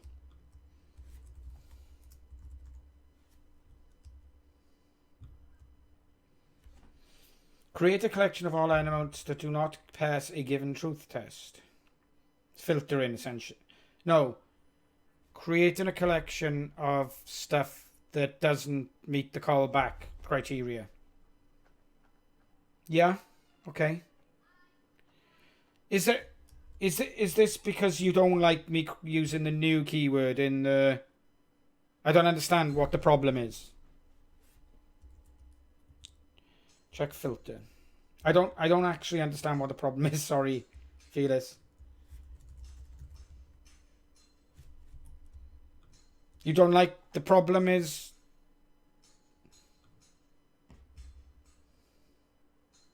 Filter returns new, yes. So you're saying we could use reject instead of using the new keyword, right? Because you don't want... Is the problem that you don't like the fact that we're using the new keyword here?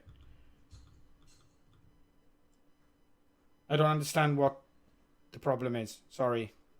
Sorry. Okay, so we pass in play stats. We pass in a deck. We pass in a discard pile. We pass in a hand. If we replace the hand with a new collection, we can't mock it. It's a fair point. It is a fair point. I mean, we can just empty the...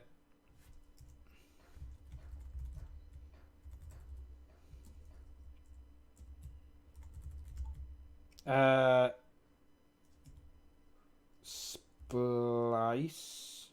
No. There was a way to yeah, we can just splice it like we did last time. Naught, comma.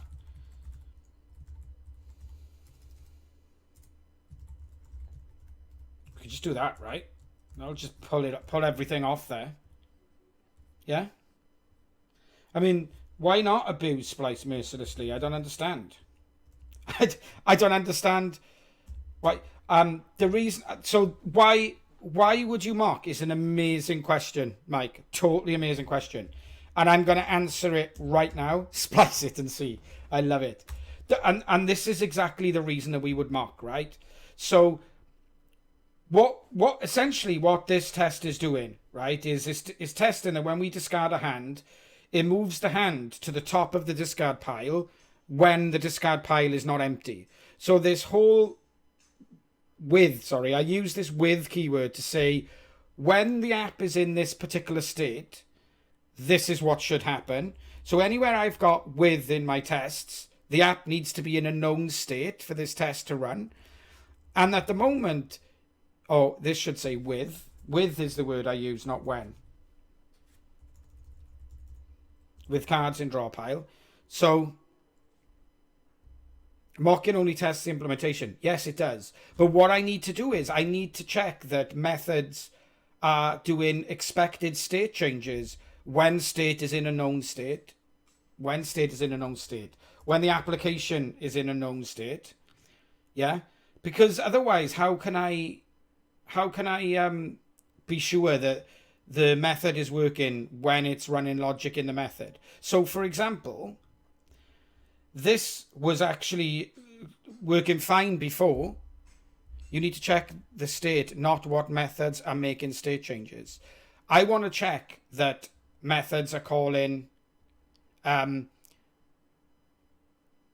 want to check that methods. With the case of the collection, we assume the methods are correct. Correct.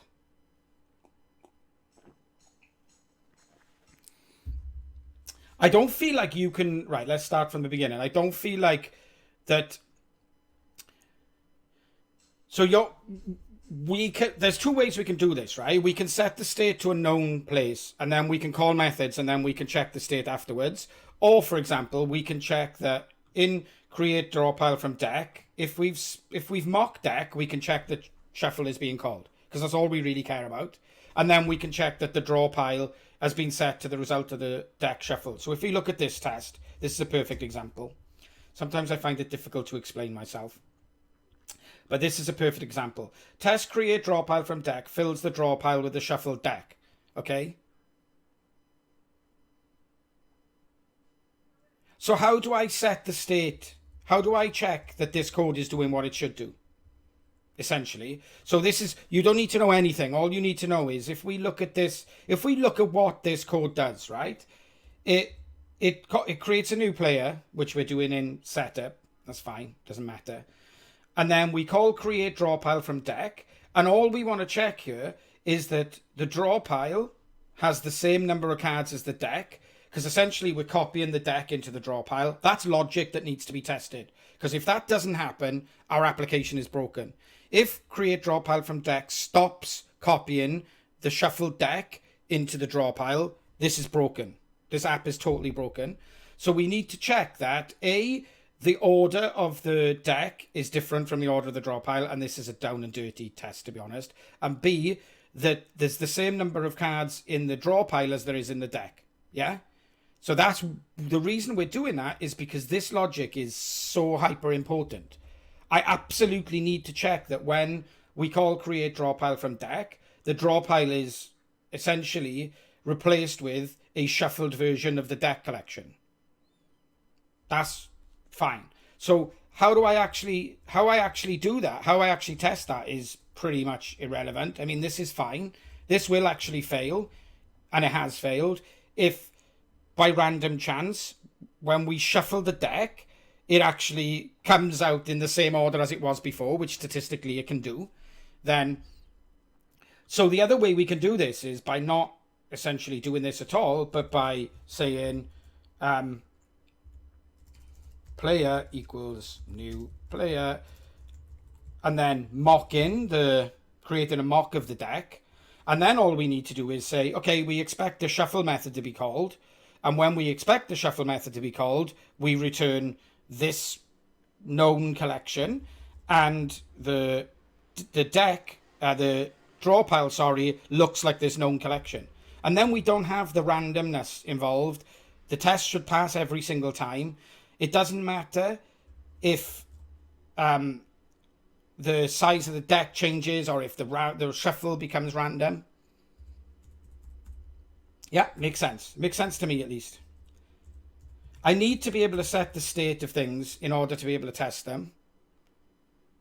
Is the collection mocked now? No. Are the tests passing? Yes. Intermittently. They will fail when randomness is on our side. They will definitely fail. We've seen it this stream already. And they fail because we're testing the implementation. We're not mocking out methods. We're actually having the methods run. Does that make sense?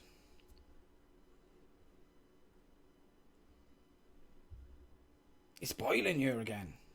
Yeah? No?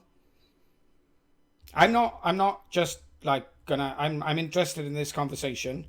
I'm interested because I don't just mock stuff. I don't mock stuff for the sake of it. That's not the way I roll. But what I don't want to do is to make these properties available publicly just so that I can override state by hand. I want state to be only overridable via the API that I'm defining here. That's like really important to me. The only way you can modify the state in this app is by using the API that we're defining here in the player. That's really important to me.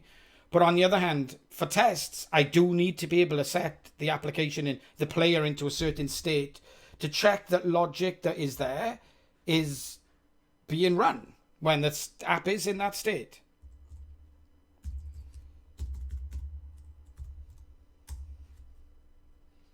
So we got a deck, we got a hand, we got some player stats. I mean, we don't necessarily need to mock this stuff, by the way. This is actually saying that it needs to be mocked isn't necessarily the right thing.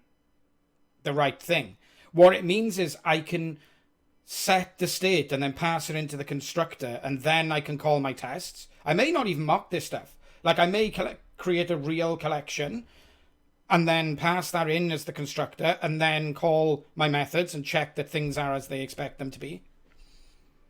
Hand, draw pile, deck, discard pile. Hand, draw pile, hand, draw pile, deck, discard pile. Hand, draw pile, deck, discard. Oh, it should be deck, draw pile, hand, discard pile. Ugh. Deck, draw pile, hand, discard pile. Cool.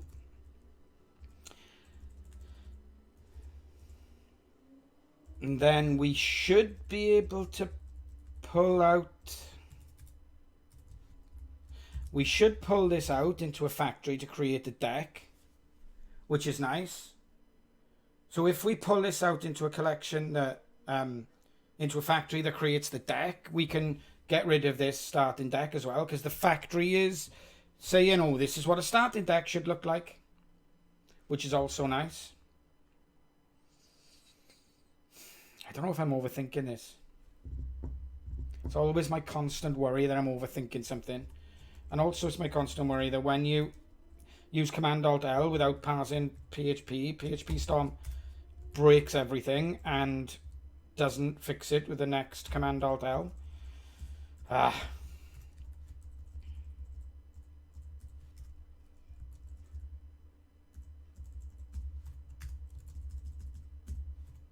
This is a decision I may sleep on, people of the world. I may sleep on this. The tests pass, right? If I take that out, sorry, if I add back in what we had, let's get this committed. Let's get the test passing, and then let's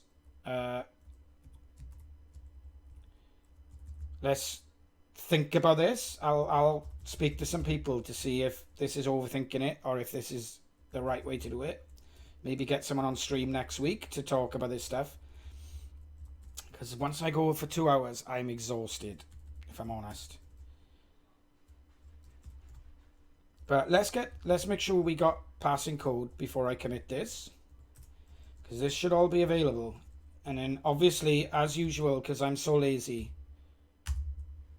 if anyone wants to make a pull request or how they think it should be over the weekend, I think we'll probably stream Tuesday next week, then feel free to, because this is all good.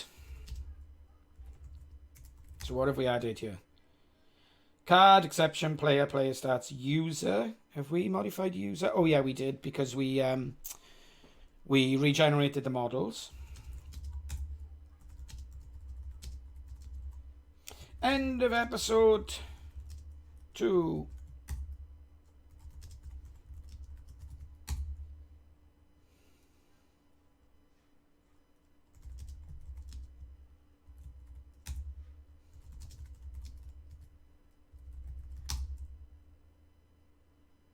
There we go.